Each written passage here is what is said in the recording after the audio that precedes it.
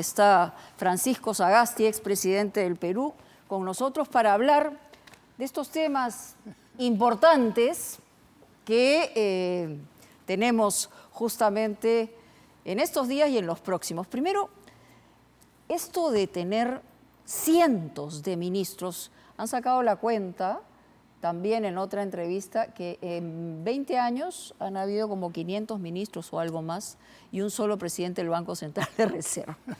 Entonces esa comparación dice por sí misma, señor expresidente, que la verdad que aquí es prácticamente imposible la gobernabilidad ante una situación de esa rotación, ¿no?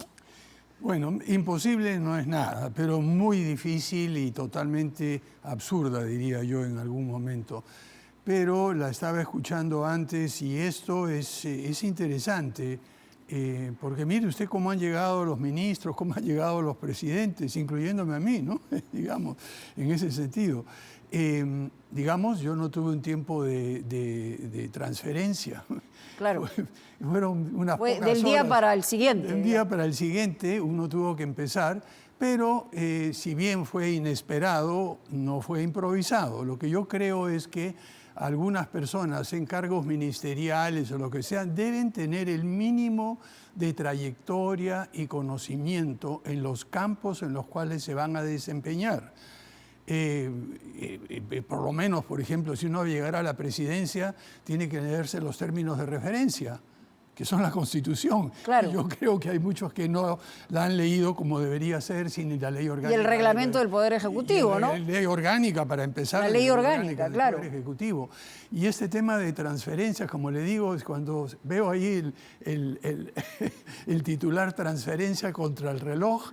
Bueno, ¿cómo fue una transferencia como la que tuve que tener yo o la que tuvo que tener el presidente Castillo, que solamente lo programaron 9 días antes? No nos olvidemos que hubo cientos de demandas, acusaciones de fraude que retrasaron considerablemente la designación del presidente que me sucedió, ¿no? Claro, pero hemos tenido este quinquenio, digamos, arrastrando a trompicones una crisis permanente. Usted llegó en un contexto determinado que tiene que ver con una pandemia, no había necesidad de una vacuna y usted se abocó en eso y a hacer un proceso electoral transparente. Ese fue, digamos, su mandato en esos 8 meses como presidente. Fue un poco más que eso y lo resumí a la hora de asumir y mire, creo que es interesante también, disculpe que lo mencione, pero creo que pocos presidentes dejan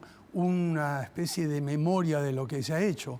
Y yo traté de hacerlo junto con 2 de mis colegas asesores en Gobernar en tiempos de crisis. Bueno, debería ser un libro de consulta, ¿no? Yo me parece, en fin, creo que cualquiera que quiere ser presidente, porque todo el mundo quiere ser presidente, pero no saben lo complicado que es, y el hecho de que al final uno es la última instancia, ¿no? Bueno, y todos los gobernados somos los que sufrimos las consecuencias cuando sube y va a Palacio de Gobierno alguien que no tiene la menor idea, como también ocurrió con el señor Pedro Castillo, hay que decirlo, aunque fue elegido Es cierto. En un proceso electoral.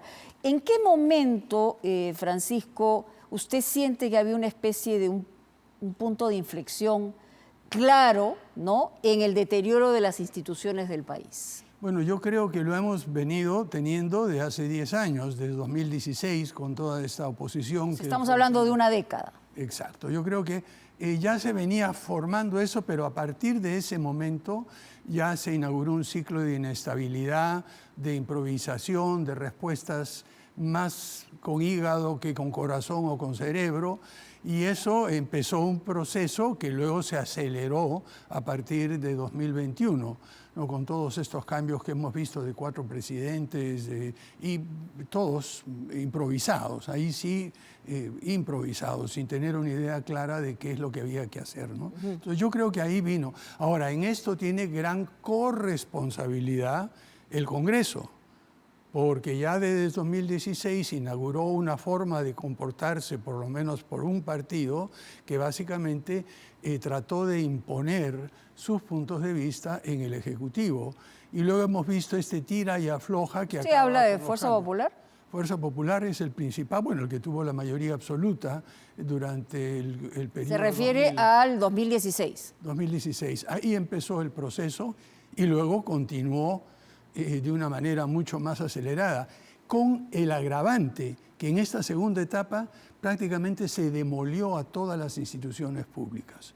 Se reemplazaron a funcionarios técnicos con experiencia, con conocimiento, por improvisados. Yo recuerdo que alguien me contó que en un ministerio, no mencionaré cuál, despidieron a un antiguo funcionario que tenía muchos años de experiencia y ganaba 12.000 soles y lo reemplazaron por 3 funcionarios que ganaban 4, ¿no? Entonces, el gobierno que viene ahora, el gobierno de la señora Fujimori, va a tener una tarea titánica en recomponer el aparato del Estado. Se dice que cuando uno asume un gobierno, por lo menos, digamos, en la base o en la parte más alta del manejo gubernamental, debe tener entre 1.000, 2.000 o 3.000 funcionarios que puedan acompañar una estructura de gobierno. ¿Estoy en el camino adecuado o son más o menos? Más o menos, un poco menos. En realidad, cuando hicimos el trabajo de Agenda Perú, recuerde, y usted me entrevistó en esas oportunidades, nos pasamos 10 años con Max Hernández y otros colegas más, visitando todo el país y estudiando. Y uno de los temas que fuimos a ver en detalle en todo el aparato estatal, cuánta gente se necesita de primer nivel. Y en ese momento, con un poco menos. Cuando hablamos de primer nivel, podemos ubicar dónde estamos. Sí, estamos hasta desde ministro, directores, viceministros, directores generales y directores de área. Eran en ese momento alrededor de 600, 650, ahora deben ser unos 800 o 900. No más de 1.000. No más de 1.000 para la cosa clave. Pero mire, digamos, para que vea usted cómo se pueden hacer las cosas en situaciones difíciles. Sin haber tenido realmente tiempo de transferencia, llegamos en el gobierno de transición y emergencia y con la primera ministra, lo que hicimos fue, con Violeta Bermúdez, fue, como dice la Constitución, elegir un gabinete y lo elegimos en 24 horas. En 24 horas, a partir de eso se logró rearmar hasta el nivel intermedio, ni siquiera llegamos a 600, llegamos a unas cuantas decenas de funcionarios, pero que sabían cómo cada una de estas instancias debería funcionar. Y ejercieron un liderazgo en todos los ministerios. Ahora, un gobernante en el Perú tiene, como usted bien lo ha señalado en otras entrevistas, tiene 3 representaciones, ¿no es cierto? 3 funciones. 3 funciones, claro. Pero representa, o sea, es jefe de Estado. Jefe de Estado. Es jefe de gobierno. Jefe de gobierno. Y es jefe supremo de las Fuerzas Armadas. Así es. Y cada uno exige, como he tratado de describir en cierto detalle, un comportamiento diferente por parte, no es del presidente, no es como, por ejemplo, en una monarquía constitucional en la cual hay un jefe de Estado más o menos simbólico que representa la unidad de la nación. Puede ser Alemania, que no es una monarquía, puede ser España, en que es el rey. Pero en un gobierno presidencialista, el presidente tiene que saber desdoblarse. Como jefe de Estado, es presidente de todos los peruanos y peruanas. Hayan votado por él, no hayan votado, estén de acuerdo, están en desacuerdo, lo insulten o no le insulten. Y uno tiene la función básica de lograr la unidad de toda la ciudadanía. Eso es como jefe de Estado. Como jefe de gobierno tiene un programa, metas, tareas, objetivos específicos que cumplir y tiene que montar la maquinaria para poder hacerlo. Y como jefe supremo de las Fuerzas Armadas y la Policía Nacional del Perú, es único responsable, ya no intervienen los ministros. Cuando yo me reuní, por ejemplo, con el general César Astudillo, presidente del Comando Conjunto, directamente con la Fuerza Armada y la Fuerza Policial. Sí, yo los invité y le dije a los ministros, disculpen, pero esto le va a hablar a las Fuerzas Armadas, su jefe supremo. Dicho sea de paso, yo quiero destacar el trabajo de don César Astudillo, que ahora ha sido elegido senador. Yo espero que siga desempeñándose de la manera ejemplar como lo hizo en esa oportunidad. Ahora, Keiko Fujimori, o sea, asume el poder el próximo 28 de julio. Hay un legado histórico, hay también una mochila histórica, pero hay también, digamos, un perfil como política durante los últimos 20 o 25 años. ¿Tiene alguna expectativa respecto al gobierno de Fujimori? A pesar de que usted, digamos, tiene una mirada crítica respecto al fujimorismo, y siempre lo ha expresado, pero usted ha sido presidente en las circunstancias que ha sido, y vamos a un gobierno que empieza, que además ha sido legítimamente elegido, y que empieza en el próximo quinquenio, que esperemos dure los 5 años, que es lo que el país necesita, ¿no? Correcto. Entonces, como exgobernante, como una persona reflexiva respecto a un gobierno, ¿qué es lo que espera usted de ella como gobernante? Mire, esperar, yo nunca trato de dar consejos a quien no los pide. No le he dicho consejo, nada, ¿no? Pero yo veo lo siguiente, ¿no?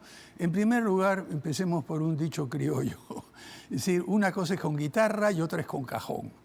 El cajón es el Parlamento, uno hace bulla, mantiene ritmo, etcétera, todo. Pero el Ejecutivo y la Presidencia es la guitarra. Tiene que tener una melodía, tiene que tener un argumento, tiene que tener incluso unas buenas palabras, una buena letra para poder tener una buena canción. Y son dos cosas muy, muy, muy distintas. Como congresista, yo el poco tiempo que estuve pero sí, he visto al Congreso y lo he analizado desde 1956, cuando era un mocoso y me interesaba la política. Tiene otra cosa, en el Congreso es el toma y daca, yo me pongo de acuerdo contigo y buscamos y sacamos todo eso, y eso es lo que ha estado acostumbrado a hacer durante los últimos 25 años Fuerza Popular y otros partidos que no han ejercido el poder ejecutivo. Exacto. En el Ejecutivo es otra cosa. Ahí uno va a estar, estas 3 funciones que mencionó usted y que he descrito son claves, tienen un traslape parcial, pero son distintas, y se espera que el presidente ya no, sino que sea capaz de articular y hacer andar el país. Y es muy diferente. Entonces yo creo que la presidenta va a tener que imponerle a su partido un ritmo muy diferente al que hemos visto en el Congreso, porque en primer lugar se está disparado a los pies, ¿no? Es decir, con todas las ¿Cuál leyes. es el mapa político de hoy? ¿A qué se enfrenta ese próximo gobierno? Bueno, yo creo que lo primero que se enfrenta es a sí mismo. Realmente, como ha dicho usted, su trayectoria, su experiencia y sobre todo lo sucedido durante los últimos 10 años. No quiero remontarme a los últimos 30 años, lo que sea, ¿no? Durante los últimos 10 años, el tipo de comportamiento que ha tenido el partido dirigido por la señora Fujimori ha sido, desde cualquier perspectiva, más o menos, ¿cómo le podría decir?, independiente o neutral o objetiva, ha sido negativo en una serie de áreas. Y lo último que hemos visto, todo este tema de impunidad que se está dando a las Fuerzas Armadas. Al mismo tiempo sale un informe que usted ha mencionado. De Naciones Unidas. No. Estoy hablando del informe sobre la corrupción el informe de los sobre policías. la corrupción, sí. Los policías, Sí. por un lado, que Sí. tuvimos que verla. Sí. También en la corrupción y tratamos de mantenerla. Ayudó la pandemia a mantener eso, debo decir con franqueza. ¿No? Pero tenemos por un lado esto y por otro lado este apoyo irrestricto a la policía y a las Fuerzas Armadas. Entonces hay que ser un poco esquizofrénico, citando a mi querido amigo Max como psicoanalista, para por un lado, digamos, promover todo y por otro lado darse cuenta que tiene que luchar contra la corrupción. Lo que hay que buscar hoy son consensos en temas básicos, o sea, y ahí es donde se prueba el liderazgo de un gobierno, de una persona. No, el liderazgo sobre todo del presidente o presidenta. La situación es real y a mí yo lo digo por experiencia propia. Uno siempre está acostumbrado, usted, cualquier persona en cualquier otro trabajo, caramba, me han propuesto esto, momento, voy a consultar, quizá hay alguien que sabe o que está detrás mío que tiene más autoridad. Cuando uno llega a la presidencia de una vuelta y no hay nadie más detrás, uno es la última instancia. El tipo de responsabilidad que se requiere para eso, lo que hace, entre otras cosas, es darle, espero que eso suceda, no ha sucedido desgraciadamente con todos los últimos mandatarios, un súbito ataque de sensatez, por decirlo así. Darse cuenta de la magnitud de la responsabilidad y muchas veces darse cuenta que lo que transó, aprobó, empujó, promovió desde el Congreso va en contra de poder ejercer las funciones de presidente en el Ejecutivo de manera adecuada. ¿Usted cree que, porque hoy se abren puertas, ¿no?, y se discuten situaciones específicas, cree que debería haber un indulto a Pedro Castillo? Yo creo que no. Le digo, hay dos cosas que hay que separar. Uno es el hecho claro en sí. El señor intentó un golpe de Estado. Que sea incompetente e incapaz de llevarlo a cabo no quita ni la intención ni el hecho. Otra cosa es el procedimiento puramente constitucional y legal que se usó en el Congreso para destituirlo y para luego el Poder Judicial, recordemos que le ha dado una condena. Entonces hay que separar el fondo de la forma. Y lo que yo creo, yo me he dado una mirada rápida al informe que ha dado esta Comisión de Naciones Unidas, y lo que se centra es sobre la forma. Y esto es una lección también, creo, para el gobierno que entra y para el nuevo Congreso. ¿Cómo tendemos puentes con el sur? ¿Cómo el gobierno que entra, cuál debe ser el perfil del gabinete, cuál debe ser la actitud de la presidente Fujimori para tender esos puentes con el sur? Mire, la composición del gabinete, dejemos eso, cada presidente tiene, pero yo creo que tiene que haber un gesto que tenga un doble sentido. Por un lado, algo simbólico, pero por otro lado, algo operativo y práctico y real.